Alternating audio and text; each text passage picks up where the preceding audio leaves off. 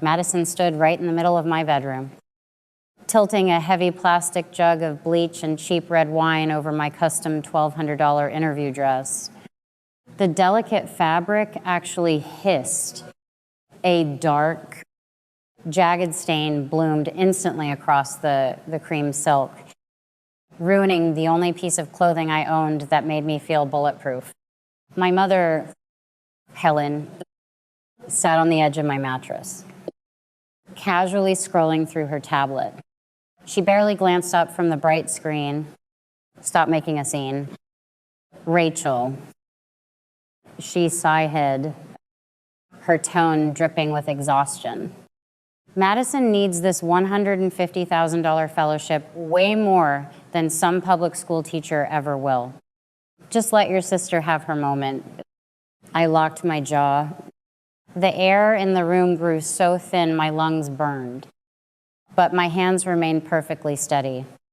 I packed the dripping, ruined dress into a thick plastic garment bag and zipped it closed. I picked up my suitcase, turned my back on both of them, and walked straight out the front door into the freezing dark. I had an early flight to Chicago to catch. I am 29 years old, and I work as a high school special education teacher in Columbus, Ohio. My entire professional life is built on extreme patience, meticulous behavioral logs, and protecting the vulnerable. For the last 3 years, the center of my world was a 16-year-old student named Emma Walsh. Emma was brilliant, sarcastic, and fighting a losing battle with terminal leukemia.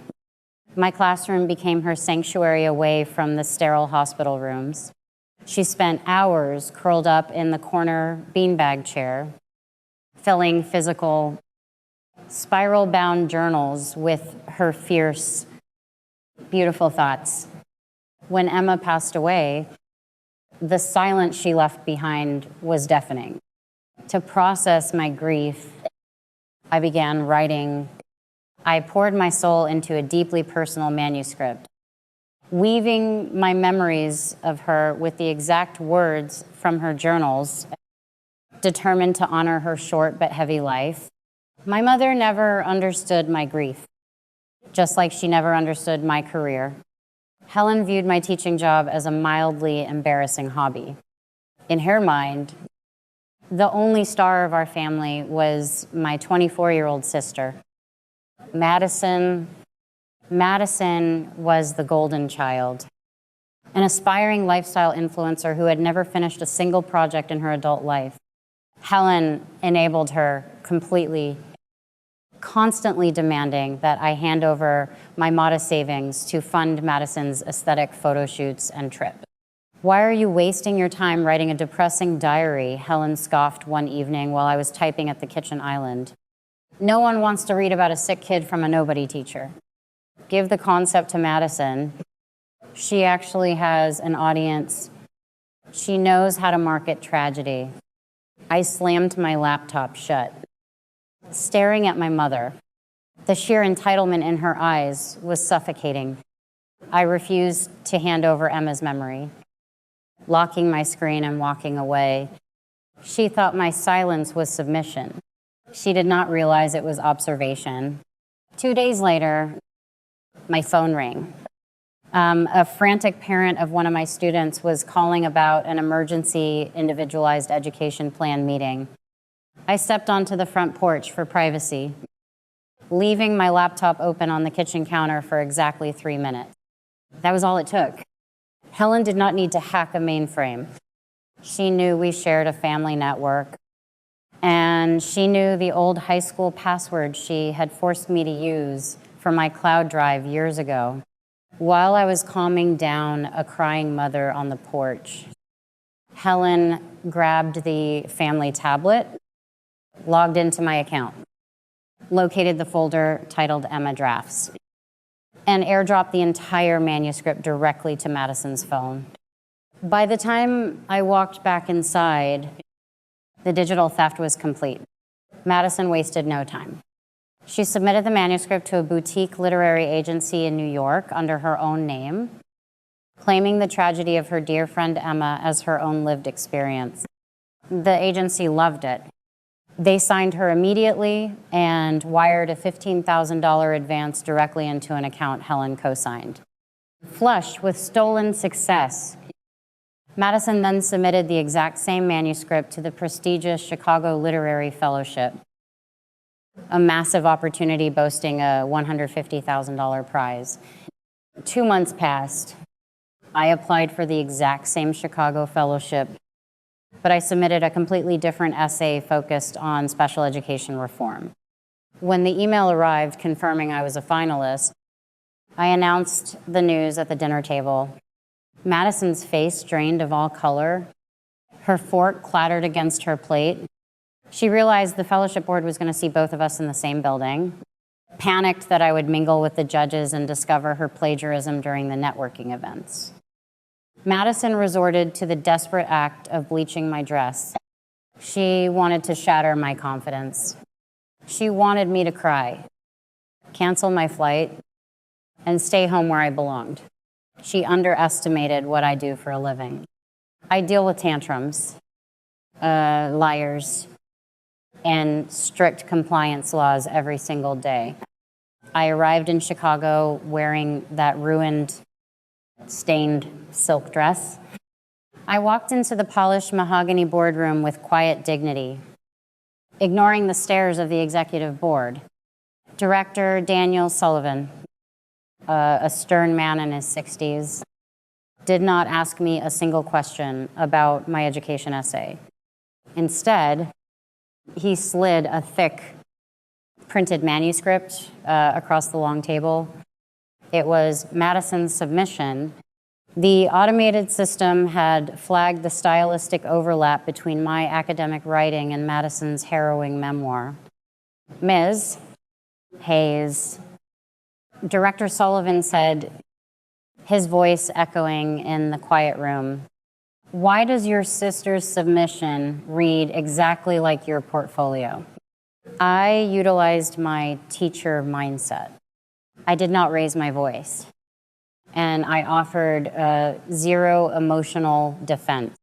I reached into my leather tote bag and pulled out Emma's original physical handwritten journals, placing them gently onto the table. I opened my laptop and showed the board my time-stamped cloud backups, proving I wrote the document months before Madison ever submitted it. Then I turned my phone screen toward the board and pressed play.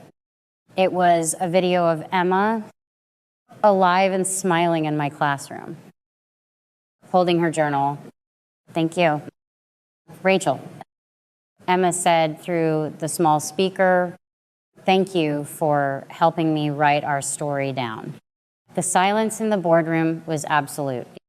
Director Sullivan stared at the screen, then down at the physical journals. He stood up, officially handing me a formal notice of disqualification printed on the fellowship letterhead. "Your sister is permanently banned from this organization for academic fraud," he stated flatly. He turned to the other judges, nodded, and then looked back at me. He slid my legitimate essay forward. "Your interview begins now. Ms. Hayes." Madison was notified of her expulsion while sitting in the hotel lobby. She was sent home to Columbus in absolute disgrace. The fallout was immediate. Because of the public disqualification, her boutique literary agency terminated her contract that same afternoon. They demanded the $15,000 advance back immediately, threatening a massive lawsuit if she failed to comply. Terrified, broke, and desperate, Madison and Helen struck back 48 hours later. Madison posted a highly edited, hysterical video on her social media. She sat on her bedroom floor, crying without tears, claiming that her unhinged jealous older sister had stolen her intellectual property and sabotaged her interview. She launched a crowdfunding campaign for legal fees and a new start, the internet. Always eager to champion a crying blonde girl, rallied behind her. The campaign surged to $5,000, then $10,000. My school inbox began filling with vicious hate mail and death threats. Helen texted me a barrage of insults. Look what you made her do.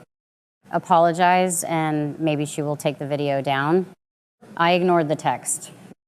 I sat in the quiet of my apartment, watching the campaign total climb.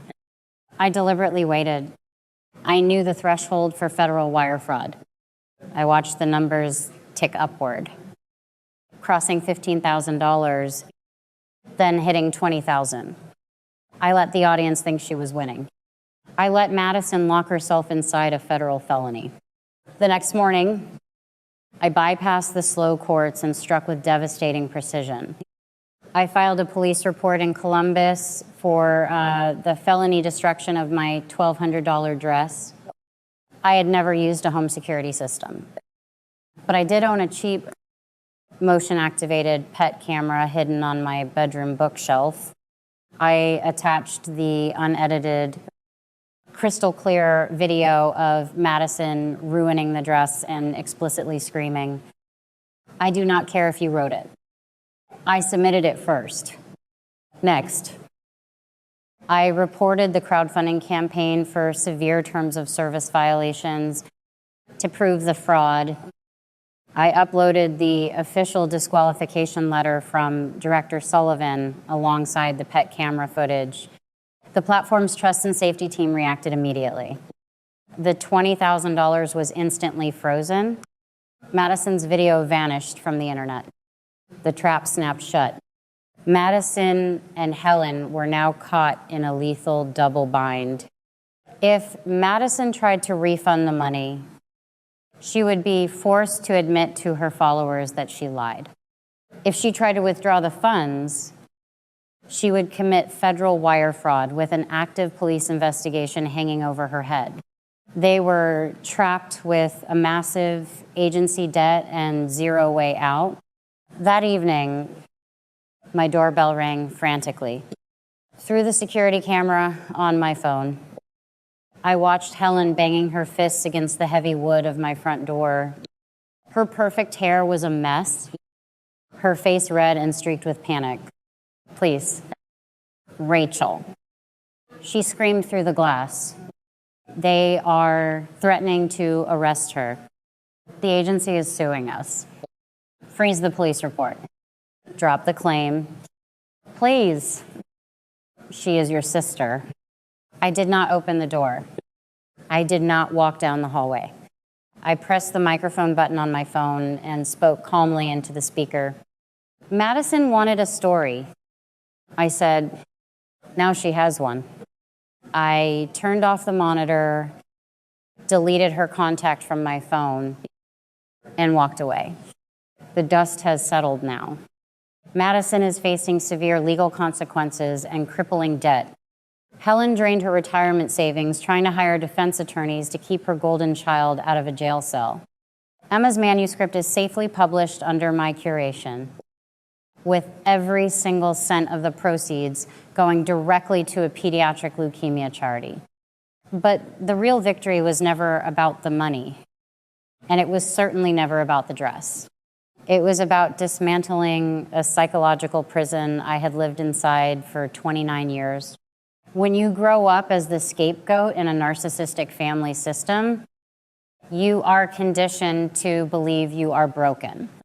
The golden child is elevated, protected from the consequences of their actions, and handed every resource. But here is the secret the narcissist never wants you to figure out. The golden child is actually the weakest link. Because Madison was shielded from every failure, she possessed absolutely zero actual skills. She had no resilience, no work ethic, and no concept of reality. Meanwhile, as the scapegoat, I was forced to build unshakable competence just to survive. They thought my empathy made me weak, completely blind to the fact that survival had turned my spine into steel. If you are walking through the fire of family toxicity right now, there are 3 absolute rules you must internalize. Rule number 1, the paper trail of authenticity always wins. Liars build their realities on extreme volume. Fake tears and social media sympathy. Truthful people build their realities on timestamp, receipts, and quiet action. The truth does not need to scream to be heard. Let them yell while you quietly gather your evidence. Rule number 2, beware the trap of being the bigger person. Society constantly conditions us to forgive toxic family members in order to keep the peace. But keeping the peace with an abuser means going to active war with yourself. True peace only comes from enforcing absolute ironclad boundaries, even if it means initiating a legal war to protect your sanctuary. You do not owe anyone your sanity just because you share a bloodline. Rule number 3, the ultimate revenge is unbothered competence. You do not defeat a narcissist by arguing with them. You do not win by explaining your pain, because they lack the empathy required to understand it. You defeat them by stepping entirely out of their game, doing your job flawlessly, and letting them walk blindly into the devastating consequences of their own arrogance. If you are the daughter, the son, or the sibling your family decided to make smaller just so someone else could shine, it is time to stop shrinking. Let them burn their own house down. What boundaries are you terrified to draw right now, knowing it might cost you your family, but ultimately save your soul? Tell me in the comments. And if you needed to hear this today, share this with someone who is fighting a brutal battle in absolute silence. I know exactly what you are screaming at the screen right now. You are watching Rachel's story and yelling. Why did she let her mother treat her like that for so long? Why did she stay in that house? Why did she leave her laptop out where that toxic woman could reach it? You are frustrated because the solution seems so obvious from the outside. But when you are trapped inside a narcissistic family dynamic, the exits are never clearly marked. Let us decode the psychology of what actually happened here. Rachel did not stay because she was weak. And she certainly was not stupid. She was caught in something psychologists call intermittent reinforcement, commonly known as the slot machine effect. When you grow up with a narcissistic parent like Helen, they do not abuse you 100% of the time. If they did, you would walk away immediately. Instead, they drop tiny, unpredictable crumbs of affection.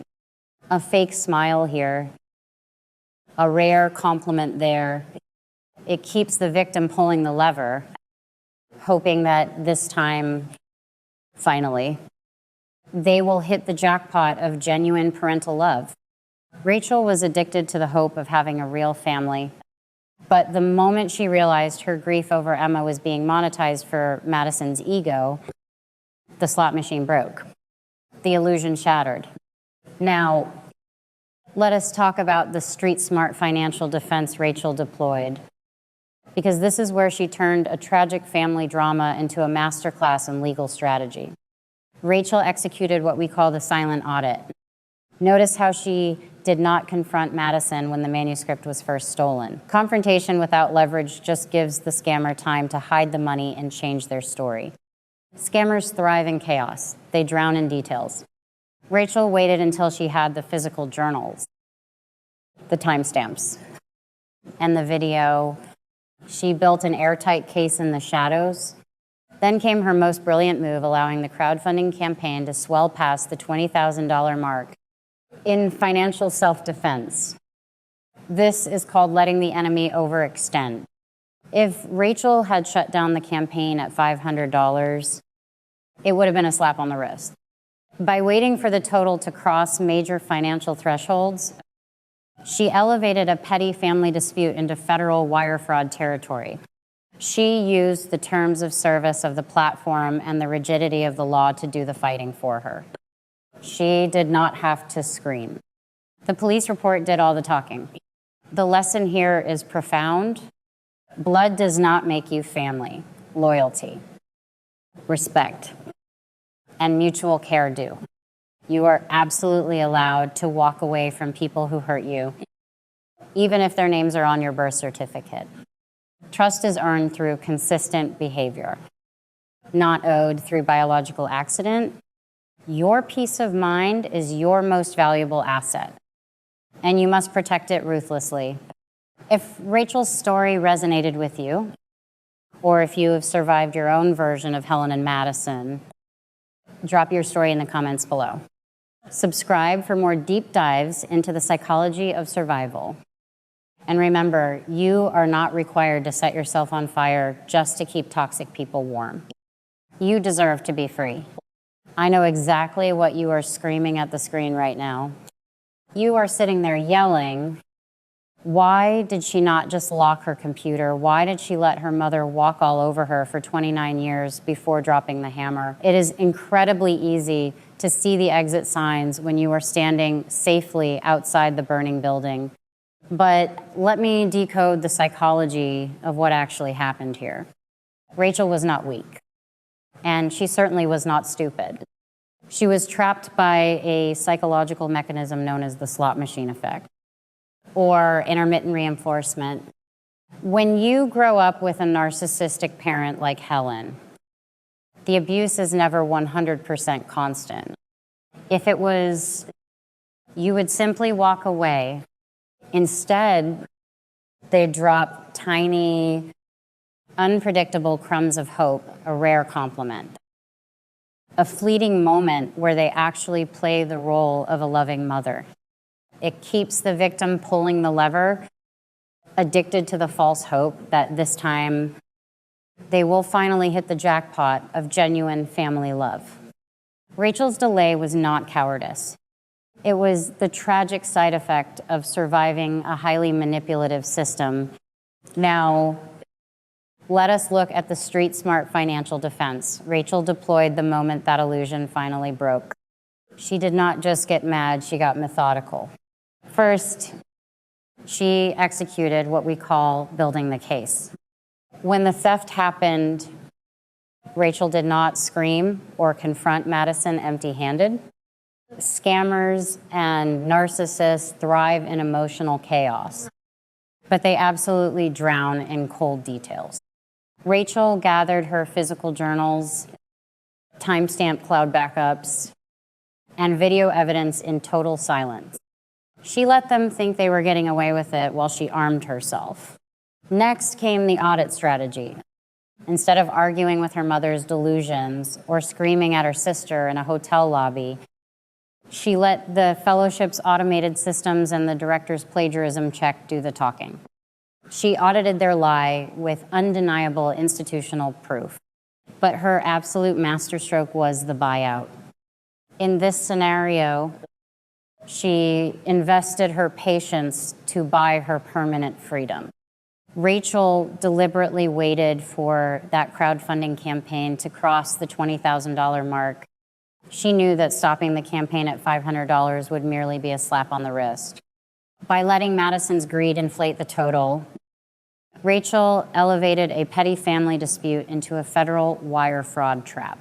She used the platform's terms of service and an airtight police report to freeze the assets. Placing Madison in a lethal legal double bind, Rachel used the rigid rules of the financial system to do the fighting for her. The ultimate takeaway here is profound. Blood does not make you family. Loyalty, respect, and mutual care do. You are absolutely allowed to walk away from people who hurt you, even if you share a last name. Trust is earned through consistent behavior, not owed through biological accident. Your peace of mind is your single most valuable asset, and you must protect it ruthlessly. If Rachel's story resonated with you, or if you have survived your own version of this dynamic. Drop your story in the comments below. Subscribe for more deep dives into the psychology of survival. And remember, you are not required to set yourself on fire just to keep toxic people warm. You deserve to be free.